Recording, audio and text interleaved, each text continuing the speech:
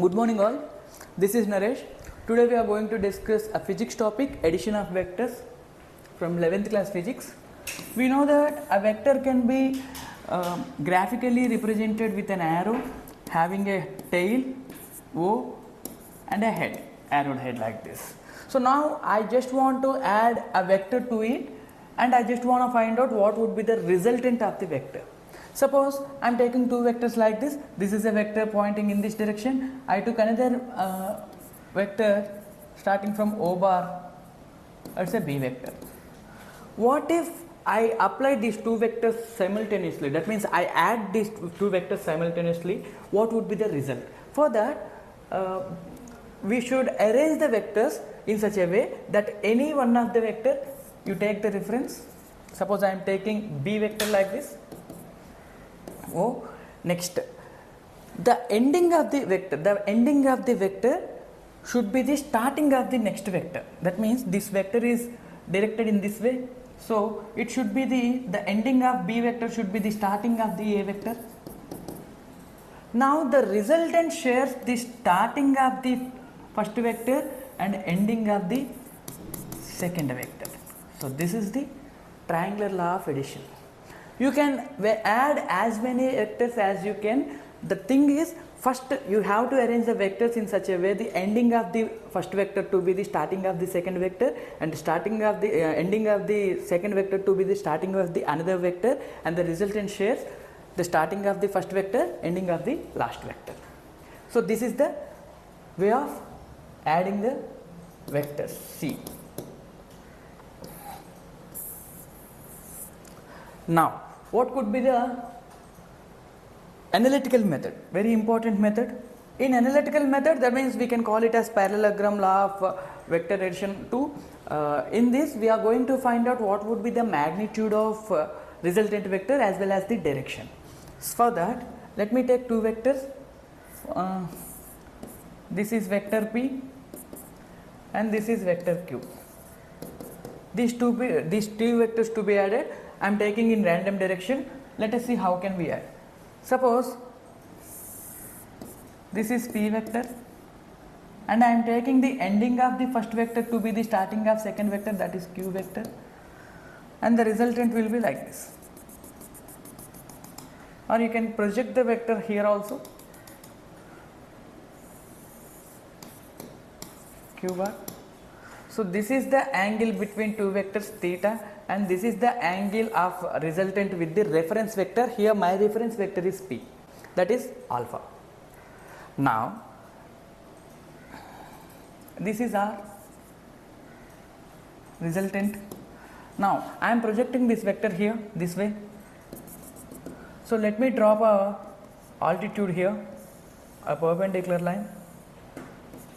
So this theta equal to this theta because corresponding angle.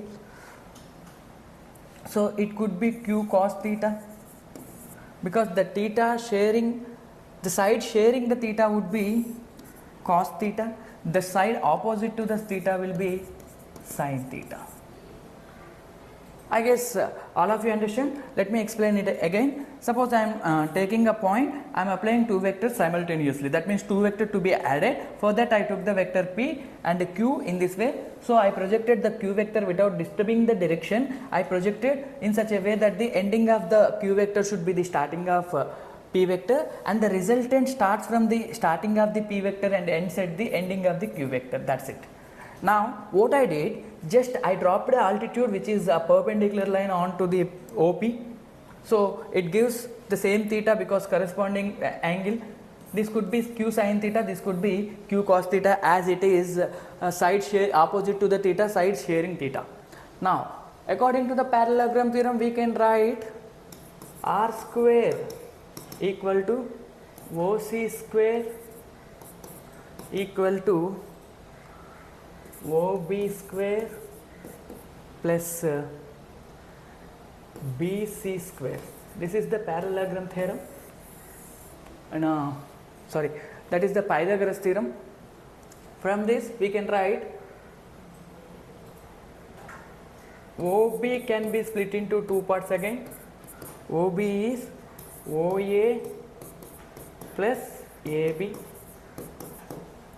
OA is P, AB could be Q cos theta.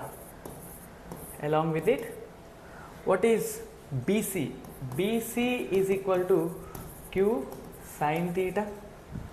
So OB, which is the resultant vector, equal to OC, which is the resultant vector, equal to OB square means P plus Q cos theta whole square plus Q sin theta whole square equal to. If you expand this further, R square equal to P square plus Q square cos square theta plus 2PQ cos theta plus Q square sin square theta. Here Q square cos square theta, Q square sin square theta, you can take Q square out, P square plus Q square cos square theta plus sin square theta plus 2PQ cos theta. So the value gives 1 here. So it goes R equal to P square plus Q square plus 2PQ cos theta.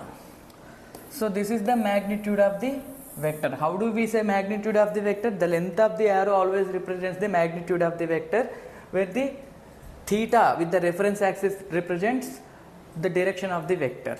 So here the length of the arrow is R, which is the magnitude. Now we are going to calculate the direction. Direction here is, suppose let me take tan alpha. Alpha is the direction.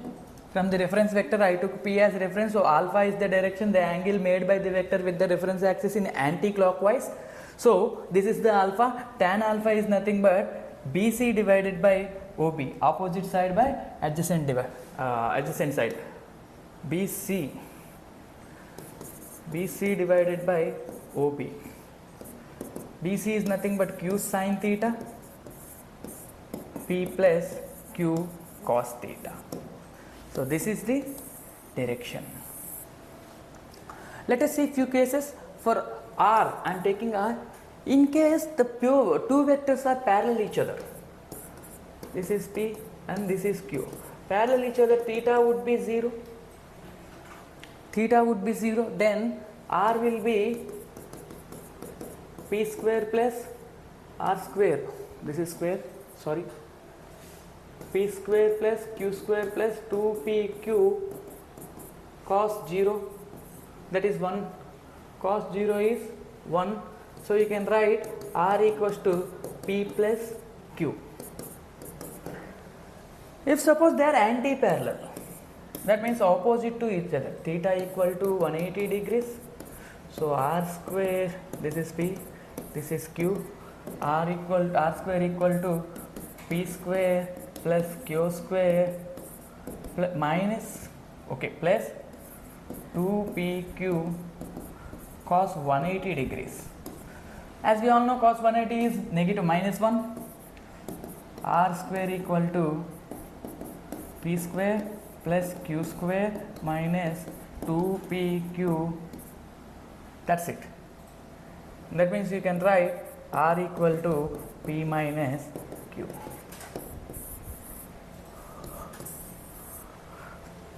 Let me write it here. If theta equal to 90 degrees, that means two vectors are perpendicular to each other.